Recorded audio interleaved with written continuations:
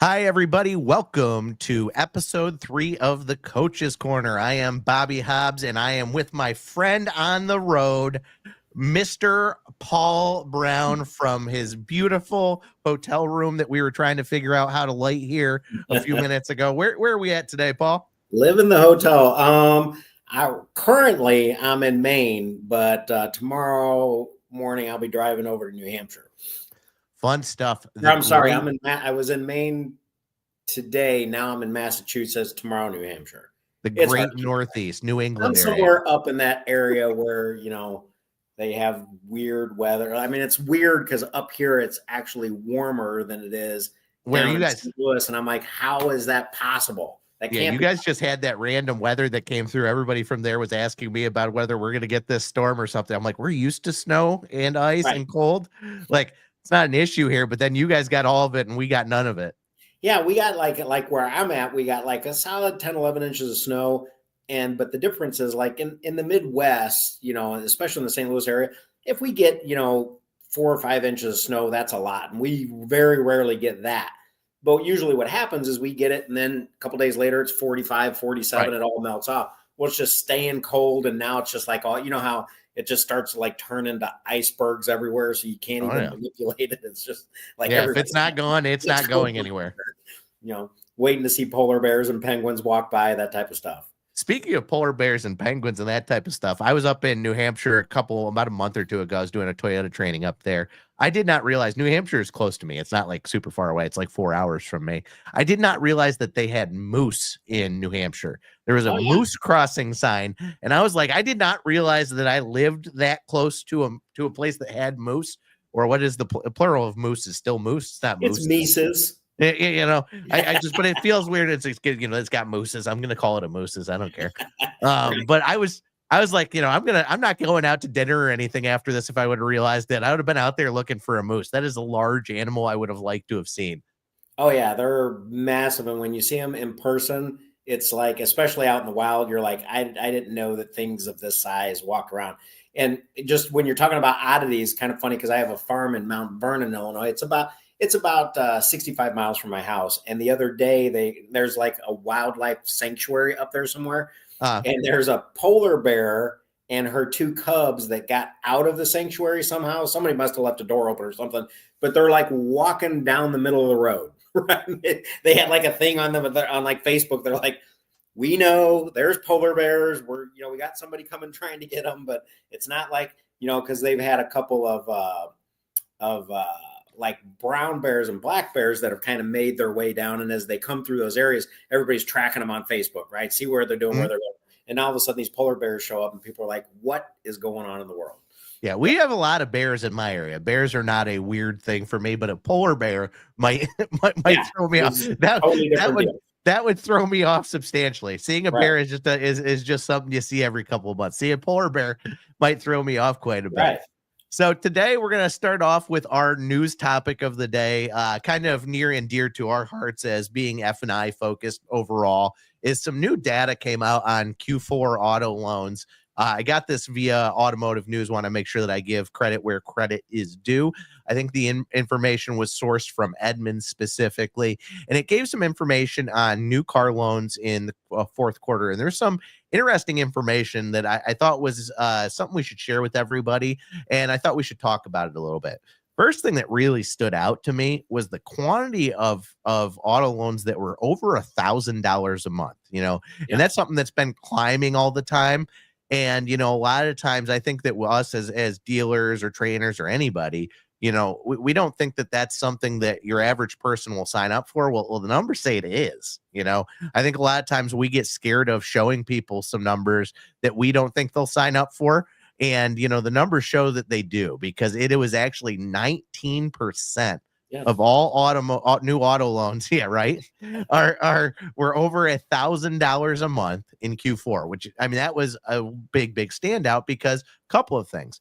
Number one, the average term went up over that period of time, Mhm. right? And the average interest rate went down a lot, right? So you saw people spending more, even though they theoretically could have spent less, right? Right. The interest rates went down about 0.6% from the year prior, and they went up to 68.8 months was the average loan versus 67.8. But the amount financed jumped from 39,977 in 2023 to 42,133. So it just really it threw me off, to be perfectly honest. Yeah. I wasn't expecting that, because a lot of the times when we're talking with our dealer partners, you get the concern that the customers don't have the money available, right? That affordability seems to be the thing, right? Yeah. These numbers kind of are showing that it's not, you know. Right. So what's your thoughts on what was there, and let's kind of go from there. I think it's very interesting too that that same article had said that the average new car payment had gone up to like 756 or something like that, Yep. which wasn't a lot from 2023, which I believe was at like right around 750. Yep. So, what we're seeing is I think a comfort level with those little bit higher Right. payments. Normalizing that a little bit. Yeah, and I think that the average the good thing about that for our industry is I like it when things like that change and they have some sustainability, because if we can program customers to a certain, like right now, they've kind of been programmed for the past couple of years that, at one point 2 years ago, if you had the best credit score and you had equity and you had all the right stuff, congratulations, you got 7.5. Right. Right. Which a couple of years prior to that meant you were a 620. Right. So now we're kind of seeing that same thing where there's kind of been a normalization and an acceptance of that little bit of a higher interest rate and that higher payment. So I think now is that time as an industry where we can, we have to be extra cautious and pay extra attention as finance professionals, spending time with our desk, because customers don't understand how fast those things move. And there's no reason for us to race to the bottom, right? Because customers expect it. Same thing with that customer that comes in that says, I need to be at 600. No, you don't, because everybody's at 750, right? And you kind of know it. And customers, so they've gotten kind of acclimated to these higher payments. They've gotten acclimated to these higher rates. And the good news is now that rates go down, that gives us the ability with that still that the customers are still comfortable with a higher payment. It gives us some virtual room, right? Some room to breathe, because now we're seeing good rates in, the mid fours. And I don't know if it's going to drop much less than that, maybe a smidge, but I think that good credit customer, mid 4s to 5 is going to kind of become the new normal. But customers don't quite know that yet, right? They're still not shocked by 7.5. So when we hit them at 6.4 and we're holding 2, they're going, it's actually a better rate than I thought. So I went the long way around to get to this point is we have to, at some level, kind of put wood in ears when we're listening to the customer, right? And still go after it because it's there to be had. And I think that the dealers that we've for so many years have gotten, I guess, brainwashed a little bit, that because of the internet and all the information that's available, that customers know it all. I think they know a pretty good portion of it, but the things that are in flux, like what are available terms, what are available rates, they don't really have their finger on the pulse of that. And we saw that. I mean, look at how drastically we saw that when rates jumped up. I mean, people were hooting and hollering and screaming and not buying cars because the rate was high, and then coming back 6 months later and going, okay, I guess this is the new normal. I'll do my deal. Right. So you strike while the iron's hot, but obviously we want to do it in an ethical way, in a way that treats the customer well, but we don't have to assume that the customer knows everything and just give it away. Right. Well, and the other thing that gives to you time to do too, and this, putting my sales manager hat, GM hat on here, is this gives you the ability to start out at a shorter term to try and get that retention and that trade cycle shorter too. because if these people are willing to take these higher payments, it doesn't mean you got to go all the way to the 84 months to start with. So, Right. if these people can handle these payments, there's no reason for you to just go all the way to the end right to start out with. But it was definitely very interesting. I can tell you, for me, I thought that this was valuable because I always had a hard time penciling a deal with a payment that had 4 digits in it. It just, Yeah. to me, it always felt weird. You Yeah. know what I mean? And this number, we're getting the number out there that it is 19% of these deals, lets you know that it's not just you that, feels that way. It's legitimately the way that it is in the market now. These people are transacting at these prices. So I thought it was really interesting information. I thought it's useful to share that information with everybody. 100%. 100%. We have to look, we have to be now more than ever very vigilant with staying on top of trends, because the industry does move very quickly now. So we got to kind of know what's going on, because otherwise it'll pass you by, right? And dealers that aren't paying attention to this, they'll turn around, they'll go, oh man, we missed a bunch of opportunity to make reserve because we gave it all away because we were afraid that the customer wasn't going to transact. They're going to transact. You just got to give them reasons why. Absolutely. So we're going to get into today's main topic, and it's based on, really, it's 2 conversations I had. It was a conversation that I had with you the other day, and it was a conversation when I was getting my oil change this morning. And the topic for today is also the name of today's episode. It is garbage in, garbage out, and it'll make a little bit more sense here in a minute. So this morning I was getting my oil changed, and it was at a dealer where the person knew me, who was in the sales department. I'm not going to get into who it was or anything, but they'd asked me because they knew that I was proficient in CRM stuff and anything digital. It was a salesperson that was transitioning into being more of like a internet salesperson, BDC type person. And they asked me for some assistance, right? And not a big deal. I'm always willing to help anybody. I don't care whether you work with me or don't work with me. This is actually a dealer that doesn't currently work for me or work with me. So I don't have any problem helping out. So they asked me, a couple of things that I felt were pretty basic questions, right? That I felt that, management should probably be able to help with. And what it really made me think about is how much we forget about how many dealers out there don't utilize what they have as far as their technology platforms now, right? And there's a difference between using something and utilizing it, right? Sometimes we use things because we're told we have to, right? There's a major difference between that and utilizing something and getting an outcome that is something that you want, right? And the reason that this kind of stuck with me today is me and you were just talking the other day about having, when we're running our dealers or dealer groups or things of that nature, is reviewing your expenses and reviewing the things that you actually use, right? Mm-hmm. Whether you do that quarterly, annually, biannually. And, if you don't do that now, it's something you should absolutely do. But one of those things is sometimes it doesn't mean you should get rid of them. Maybe it means you should re-engage, is what that made me think about a little bit today. Because, with a CRM, for instance, and we'll talk about a couple of different pieces of these tools that are things that tend to be the things that you're looking at when you're looking at your financial statement, whether it's under your outside services or whether it's, your technology stuff. It depends on how your financial statement's set up. But those are the things that you tend to look at and get rid of. Well, for me, a CRM is one of the most important things in a dealership, right? But I think it is one of the least used products in a dealership, or at least used correctly. Okay.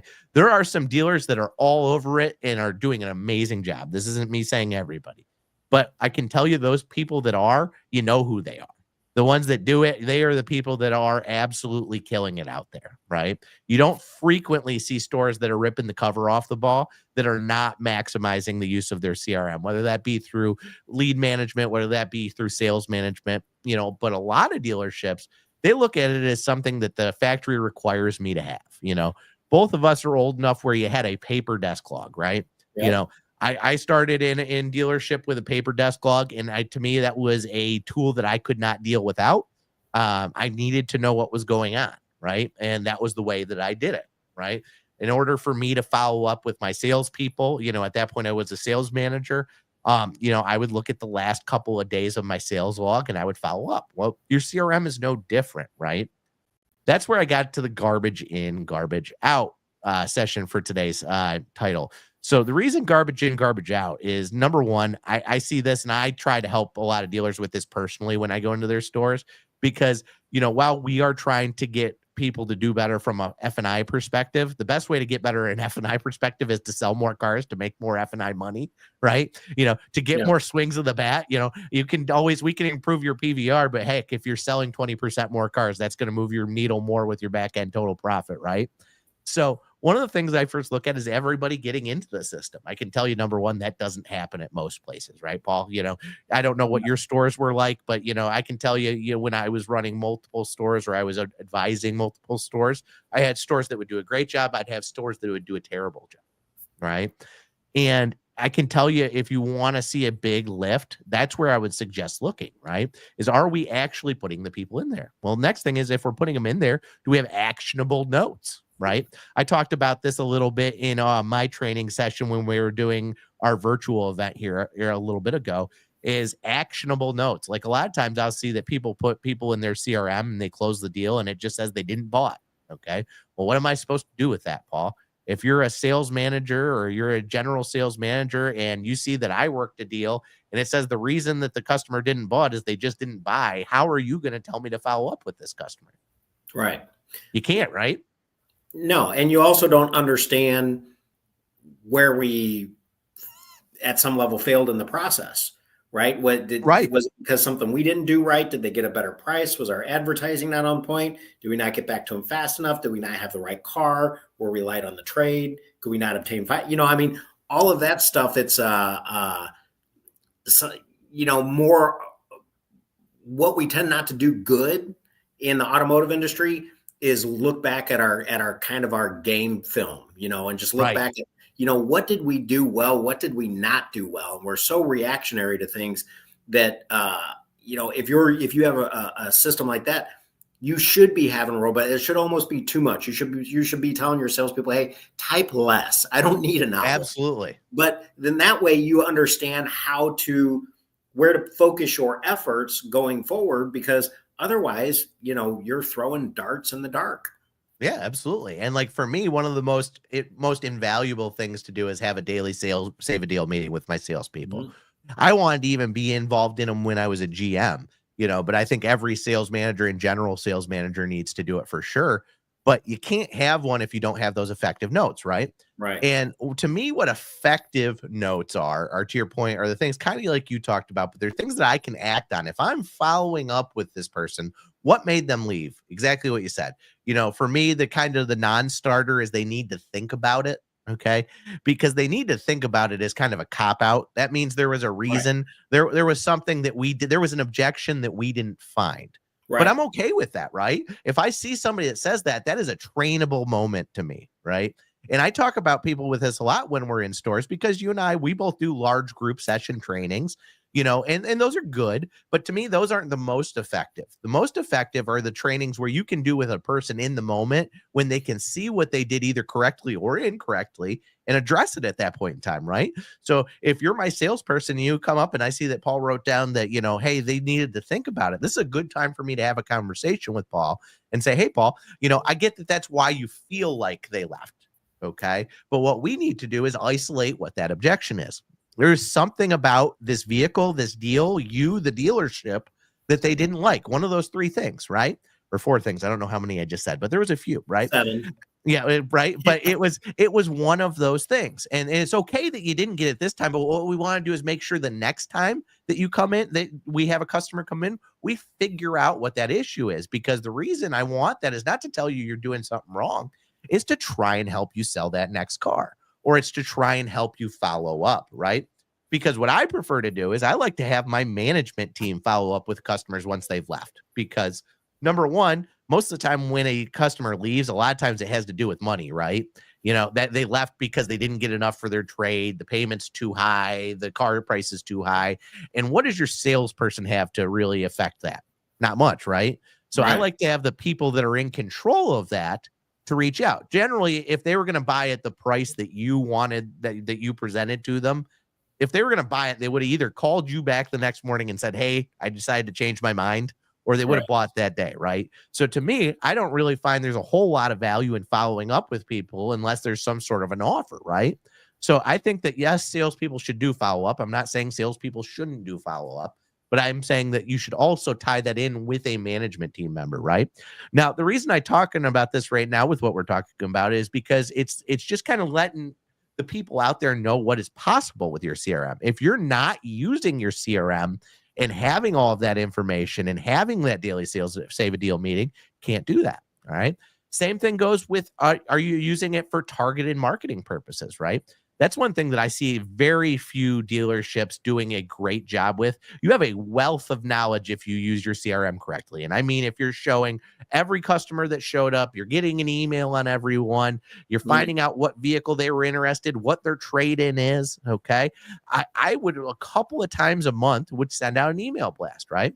And it wouldn't be, hey, buy a car from us, right? You know, that's not a very useful thing. That's not targeted. Right? That's an email blast, but it's not a targeted one, right? To me, the things I wanted to do were something of value, right? I've got too many of this situation. Like, let's talk, for instance, like you bought a Ram, right? Yep. And let's say I've got, 180-day supplies of Ram on the lot, right? Well, what do I need to do? I need to move some Rams, right? So what I want to do is I want to reach out to my customers that have bought Rams, and I want to make an offer to them because I'd much rather have a used one than a new one when I have way too many of them, right? That's targeted, right? And I don't see a lot of people doing that. They'll put their money into advertising. They'll spend it on radio, TV, digital, all that type of stuff, when you can do a lot of this for free, right? Yeah. So that would be the other side of it. If you're not doing all these things, you need to reevaluate, because you're paying thousands of dollars a month for your products. Are you maximizing it? The next thing is, are you using the service aspect of your CRM? Right? A lot of people have a CRM that has service in it, and I don't see them use it at all. What was your guys' situation with your store with service CRM? We were one of those people that we were pretty good at it. I wouldn't say we were great at it, but we were pretty good at it because all of our stuff, was integrated together. And the whole reason that I did that is I realized that the service CRM, my service BDC was never going to be quite as aggressive as my sales BDC. For sure. And certainly when we started, they weren't. But the whole reason that I did that is to link those two together, right? So that we had better idea of, hey, you got your customer that you sold 8 months ago is coming in for an oil change, right? And it just became a task for my salespeople. So the service CRM kind of, and I'm sure we were using it wrong, but it was kind of a functionality of letting the sales department know, hey, your customer's coming in be there. Something. Sure. So we were I would say probably a 6 out of 10. We weren't great with it, but we were using it enough to support additional sales up front. Sure. And so I'll use myself, for instance. I was awful with it, right? I'm as big of a CRM user as you will ever meet. Right. I bought my own CRM as a salesperson back in 2008. I still remember I had to buy it from a weird little company that was called Software on Sailboats that made a thing called Debrief. I think I spent $200 on it for it when it in 2008, just for me to have my own, because dealerships didn't provide one at that time. Right. And I never utilized one in a service department. And it's there's lots of opportunity. This isn't me telling you that I did an amazing job with everything, right? No. I'm telling you that you guys have things out there that you don't maximize, and it's worth reevaluating what you're doing to do it. The next one would be used car tools, right? I speak with people all the time on this because this is what I've spent a lot of my most recent experience on, is used cars, right? There's lots of used cars tools out there, right? Whether you use vAuto, you use one of the ones that Reynolds and Reynolds offers, or one of the many other offshoots that are out there. There's lots of tools. The question is, are you using it? Are you using it the way it's supposed to be? And are you following any real philosophy, right? So one of the things was, I was talking recently with a store that uses vAuto, and they use Profit Time, right? Which is great. I don't have any issue with vAuto or Profit Time. But the thing was, what they were doing is they were keeping absolutely every single car that they took in on trade. And they were never taking anything that they took in that they believed could be retailable to auction. And then they're telling me that they don't think that Profit Time works, right? I'm sitting there, I'm like, well, you're not using it the way it's supposed to be intended. You're not There's listening to it. vehicles, right? There's vehicles that, yes, you technically could retail. That doesn't mean you should retail, right? And so a lot of times I think people need to just reevaluate whether or not you're using things in a way that makes sense, right? I was always a person that liked to have a turn philosophy. Some people do, some people don't. I always just felt that I was in a much safer position and had to worry about a lot less the volatility of the market, used car market, when I got rid of things if they were 60 to 90 days old, right? Yep. And I understood that I was probably leaving some meat on the bone, right? There was some things that I probably could have made some more money on, but what I was doing was looking at minimizing my risk, right? I would much rather lose a little bit on a couple of cars than I would be willing to just take massive chances in things, right? And a lot of that was because of the volatility we've had over the last few years, right? Maybe if I didn't go through that, I might feel differently, but that's what I was, right? But the point is, there is these programs out there, and I know a lot of people that have them, and they might only reprice once a month, right? Yeah. That's not how this is intended to work, right? And then you'll complain about, hey, this works, this doesn't work. I'm making enough, I'm not making enough. Well, you got to really look at it and see if you guys are doing what you should be doing with it. Reevaluate. I don't think reevaluating, and this is kind of goes a little bit with what we were talking about last time, and what I'm going to be talking about a lot is understanding the things that we are not good at, right? And that's okay, right? It's okay to be vulnerable and say, I'm not the greatest at this, right? But what we need to do is take a look and see if there's anything that we can do to adjust it, right? If we're not doing great with it, what should we be doing? If I'm not going to adhere to what makes this process right, should I be using this tool at all? Because in this case, what I was looking at with them, I'm like, you guys are paying for the higher tier of vAuto compared to what your other stores are, and you don't use the philosophy of it.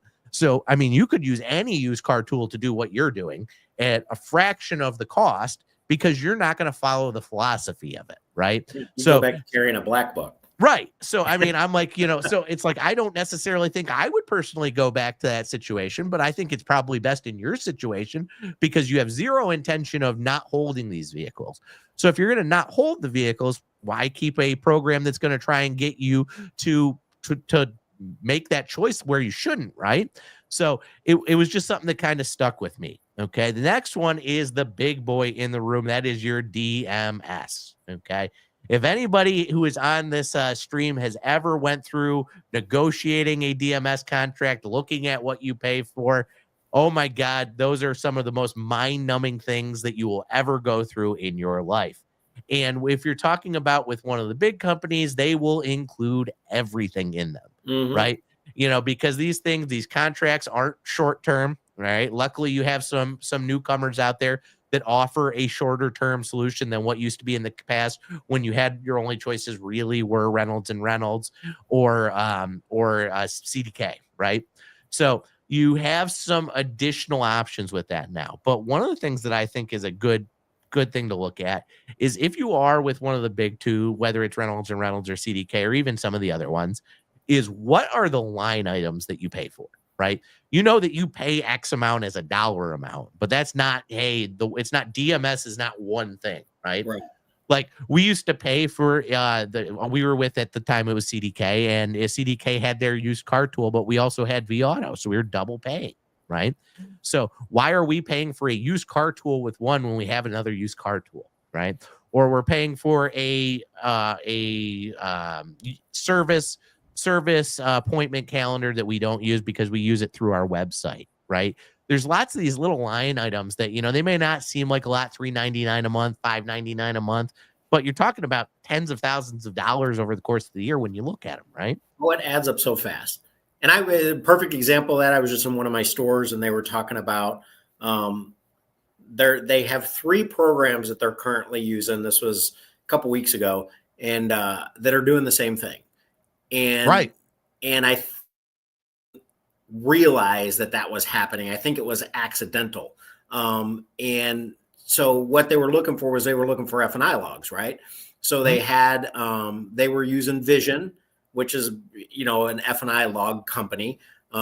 They tap into your DMS, they give you reporting, all that kind of stuff, and then they use AutoSoft as their DMS, which actually has pretty good F&I reports out of them, right? They're not quite as detailed, but they're still pretty good. And then they were also using their Darwin user, and Darwin has pretty robust reportings. And Darwin, if you pay for the service, will go back and ping the DMS every night and make sure that everything's, the way that it should be. So I looked at him and I said, well, dude, just pick one. I go, you got to decide how detailed do you need the reporting to be, right? And then based off that, make a decision. But I guarantee you're paying for 3 things that give you F&I reporting. Dump 2 of them. Just decide which one that you need, and then dump 2 of them. And we're kind of looking at it, and he goes, well, let me go take a peek. So we went and looked, and at the lowest end, if he dumped the 2 that he thought that he used the less for just F&I reporting, he was going to save $600. And it's like, that's something that you would have paid for forever, just not even knowing it. But, that, to your point, question everything. And see, because like a lot of these DMSs aren't like where they used to be, where it is just a functionality to load and print a deal, right? That's what DMSs used to be. Right. Well, now they're trying to do all of the things that all these other companies do. It can be websites, it can be chat. They want the market share too. It could be anything. Yeah. So you got to look at what you have and then price one against the other. If you go, hey, for Darwin, I'm paying an extra $150 a month for this reporting, and I don't know that that's the number. I'm just throwing it out there. But if you're paying $300 a month for the reporting from your DMS, well, why are you paying both? Right. You have duplication of that. And a lot of times you do, Yeah. One of the things that's super useful, and actually this was something I was just helping a friend of mine do the other day, is if you don't have them, if you're an NADA member, you can get them. They'll have them at the NADA show. Actually, that's coming up here is they have little pullouts, right? That'll show what are the percentages you should pay for your expenses by department, right? And one of the best things that you can do if you're a general manager or you're an owner, right, is look at whether or not you're within those percentages on a month in and month out basis, right? Because expenses can get away from you real quickly, and you can't ever get that money back, right? Once you've spent it, you've spent it, right? So what I always did at the end of each month is I would take and I would put in, if you're in some stores, some manufacturers, they'll actually give you the percentage of your gross profit that your expense was. Some of them you got to calculate, right? But whatever I would do is I would take my financial statement every single month and I would take a look at what Guide was with my brand, right? We'll use like Subaru, for instance, which was the store that I was a GM of, right? And I would look at other Subaru stores, or if you're in a 20 group, you can use their information too. I don't care what you use, but use a Guide of some sort as a benchmark, right? And what I would look at is what I am ahead or behind, right? Because I had my friend was saying, he's like, I'm not making any money in sales right now. And I'm like, well, let's take a look why. You're not making money, but you tell me you're selling about the same cars you usually do. You're getting a similar gross profit. You have an expense problem somewhere, right? Right. Because all of a sudden you didn't change anything from what you're selling and what you're profiting from. Let's take a look through. And this is something I had taught him before, but he just wasn't doing anymore. And I said to him, this is something you got to do every single month, and luckily we found a line item that it was. And it's something that he needs to explore. For him, it was sales comp, right? His sales comp was getting up to about double what was Guide. And I said, that's all of it right there. You were looking at like a $40,000 swing for that month if you were just within Guide, right? So it's important that you look at it, because is it going to fix that month? No, but you can rectify it going forward. And if I can take an extra $40,000 into every month, that would have been net profit for him. And that month, he basically just netted even with his new and used sales. Well, he would have went from a net even to a 40,000 positive net, which would have been a major difference on the bottom line for that store. So you got to take a look at it, because those are the things where those little incremental changes can mean a whole lot, right? And the only way to do it, and it's not super exciting. Don't get me wrong. I know that everybody that knows me knows I love spreadsheets. Okay. So for me, everything was in a spreadsheet and I kept it every single month by month, but you can see when things get out of hand. And a lot of the things that get out of hand are these things, those technology things. Right. And that's why I'm not trying to get off topic here, because the talk was whether or not we need another tool. Right. Yeah. But it's about expenses. Right. And you got to evaluate that. Because the one thing that we've been talking about a lot, and me and you were just talking about more this week, is AI, right? That's going to be probably a common theme as we go through these these episodes because it's just so prevalent in the market, whether it's for you guys, the dealers, it's for us as agency. We're looking at using some AI tools as an agency to help our dealers. I know some dealers that are looking at some AI tools to just help them in sales, right? Yeah. But that's what made me think about garbage in, garbage out, right? And does one more tool help you if you're not using the tools that you have already, right? Because that's the question is you can all add all of these tools, but are you going to use them, right? Because right now you have all of these tools at your disposal and you're probably not maximizing them right now. While I think all of this stuff is good and I think you do need to look into AI and I do think it's important, and I actually think there's areas where AI can help you with things that you have not been doing effectively, right? Yeah. One of those things was I was actually just watching a webinar from I think it was Drive Centric that was doing it on automotive news. If it's not, I apologize. You guys can look at what automotive news has put out this last week, but they were talking about it. And one of the things that they talked about was CRM usage with a AI attendant, right? And one of the hardest things to get salespeople to do is follow up for long-term follow-up, right? We've all went through that. You tell your salespeople they need to follow up for 30, 60, 90 days. Mm-hmm. And they might tell you they're doing it, but statistically they're not, right? They just aren't. Okay. And I'm as guilty of that as anybody. If anybody asked me if I followed up, I was like, yep. Okay. But I sure as heck didn't unless they were there to buy a car today or in the next couple of days. But what AI can do for those stores, and this was what they were talking about, is handle that follow-up past that third day, right? Because if somebody's going to buy, they're going to buy in 72 hours. Otherwise, you're relying on somebody that is not interested in doing it to make sure that they're following up with it. Well, to be able to have that be automated and have it follow up, it would be super helpful. So I see that as a good spot for it. What's your thoughts about utilizing it in like a long-term follow-up or like a BDC type setup? Oh, it's mission critical. It's customers are so distracted. And I think that even our short-term and our midterm follow-up should be more robust. Because customers are so easily distracted right now, right? It was I can't remember who, but somebody in the automotive space, one of the authorities, did a survey, and they talked about that customers are not nearly as brand loyal as they used to be, right? What they're looking for is they're looking for whatever style suits their needs at the price point. They're looking at obviously reliability, stuff like that, but they're not like this younger generation or these younger generations. They're not going, well, I've always bought Rams, so I'm always going to buy Rams, or I've always bought, they might look at a Toyota and go, yeah, I like Toyotas, but man, that new Kia is good looking. And they go buy a Kia. So I think that follow-up is going to be even more critical. And I think that's where AI can help us in facilitating a lot of that, because we have to stay in front of our customer.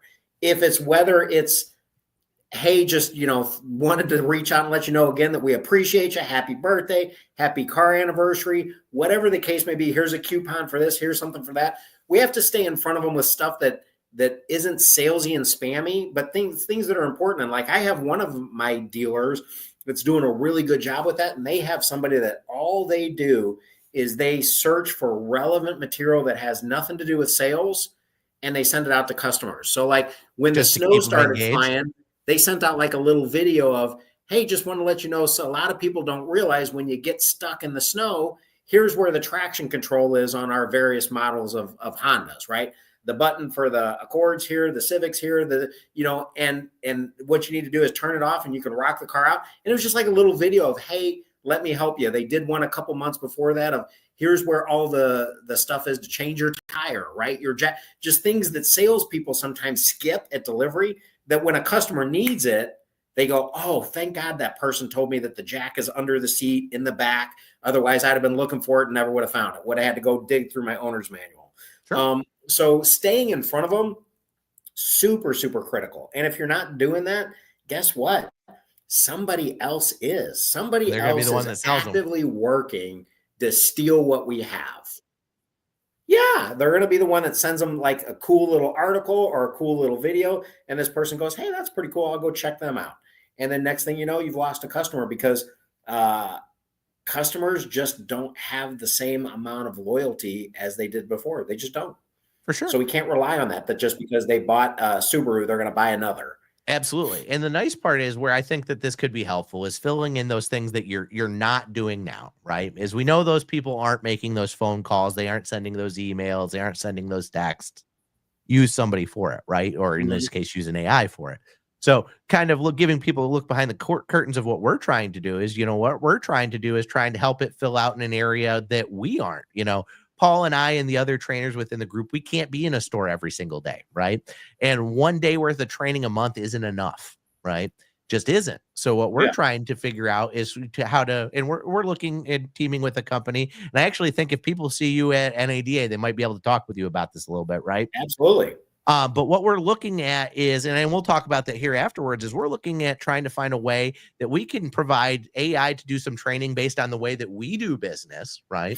That will mirror the type of training they would get with us when we were in person, that they can do when we're not, and that we can watch what they're doing and we can help critique and we can help coach from afar, Right. And I know that you and Adam are going to be at NADA. So if anybody sees you guys, you're more than happy to talk to them, I'm sure, about that while you see them, aren't you? For sure. And it's and the great thing about that and this tool that we're putting together is if you want to coach people, the best time to do it is kind of in the moment, right? Absolutely. When things are happening. And that's a great thing about this AI is this AI coaches them as it happens. But then our system will also grade the deal and look at it and then send us reports if you set like a pass fail. So say like you got to have an 80% that says, hey, when they did their factory warranty presentation, they only hit on these particular things, but they missed these. So they got a 6 out of 10. But when they did their menu, they did all the things right. They got a 10 out of 10. And it'll kind of grade those, but it'll give them suggestions in the moment. But the most important thing is that, like a lot of dealers record their transactions, right? They have a camera in the office and that's how they're looking to do training. Well, you can't do that because then you got to have somebody that's watching all those videos, right? And trying to figure out what happened. That's impossible to do. So the great thing about this is it lets us identify when a process has been not completely fulfilled or altogether skipped. And then we can have an immediate impact with coaching and just say, hey, if you would have done this, you might have done so much better on this particular deal. And it just lets us actually coach in the moment, even as much as going, hey, you're in the moment, and Bobby, you as a customer give me an objection, and the AI hears you and it goes, based off of what we know, let's try this closing conversation, right? It just gives you suggestions too. Yeah. And what you hit on the one thing that for me is looking at, because I always take a look at it as my most recent position generally. And, for me, I was looking at things that keeping things from consistency at a large group, right? And that was the thing that I liked about it is you're talking about that pass fail type of thing and whether or not they talk about certain things. For me, from a compliance standpoint, not necessarily compliance in the way that everybody thinks of compliance of, hey, are we doing the things to be legal and stuff like that? And while that is important, what I'm saying is compliance to the way that I expect it to be done as the person running the dealer, the group, whatever it is, right? Is I expect these things to be hit. And like you said, right now, that's impossible to go and manage. Right now, I'm going to go and see a dealer tomorrow that we put some things in place. I have to take their word for it that they did the things that we talked about the last time, right? And they very rarely are going to go, hey, you know what, Bobby? I haven't been doing that. Right. That's why they're going to be going, yeah, I do it perfect all the time. And we're not seeing any difference. It's not working. Yeah. Right. Yeah. So I think that that's going to be a huge advantage, not just for us, but for everybody. Like, I think that that's something, we're embracing it. We've talked about it with our finance managers that are in our weekly coach calls. We're talking about it with our dealers. We're very forward thinking with that, the way we do things. Obviously we do a lot of content creation and stuff like that, which also helps with making these models understand the way that we would handle things, right? Because we're going to be more active in them. So I think it's going to be an awesome thing. I highly suggest if you guys are going to be at NADA, if you stop and see Paul or Adam, you can always reach the both of them on Facebook and LinkedIn. And actually, Adam's got a new book out. I know that he's going to be doing a book signing. I was trying to look it up while you were talking, and he is going to be doing it at, I looked it up and now it's missing. He is going to be doing his book signing, and I'm going to look this up right now. This is not super smooth. You know, normally I like to have things handled ahead of that. There we go. He's going to be at the Dealer Funnel booth on Saturday, January 25th at 2 p.m. And he's going to be he has copies of that, and he's going to be doing a signing for it. So I think that's a good thing. His new book is called The Servant Leading F&I Manager, which just kind of echoes what we talk about all the time. Is, you know, the fact that you're there to work for your people. You know, like I said, that's the thing I always liked when I came to work with you guys as a group, because that was always a big thing for me as I grew in this industry. Is you always had those people that were the boss because it said so on the card, right? Yeah. It says right here, I'm your boss. You got to do this, right? And Right. you don't get the outcome you want with that, right? And that's not the best way to do business. And I really think that this was a good book. I got to look at it as Adam was making it, and so I was able to give him some input on it. But I think he did a great job with the book, and he's going to have that there. You can get it signed from. You can talk with him and Paul about the different things we're going to be doing with I'll A and also I. sign it. He'll That's sign probably it. going to be Yep. important to a lot of people. There you Get go. my signature on as well. So, and Yep. I'll forge your signature too. I mean, Hey, we'll have any you guys want signature a you Mickey want. Mantle signature? Let us know what you want. We got you covered. So that is all I've got for today. You got anything else before we close it out, Paul? No, I'm good, brother. All right. Well, as always, if you guys enjoyed the content here in today's session, always please follow us on any of the socials, LinkedIn, Facebook. You can find this podcast on Spotify, Apple Podcast, and YouTube. So please share, like, and subscribe. Give it to other people because we want to share this information. Hope everybody has a nice day. We look forward to speaking to you guys next week. Go Bills. Go whoever. Go home team. I don't know what that means.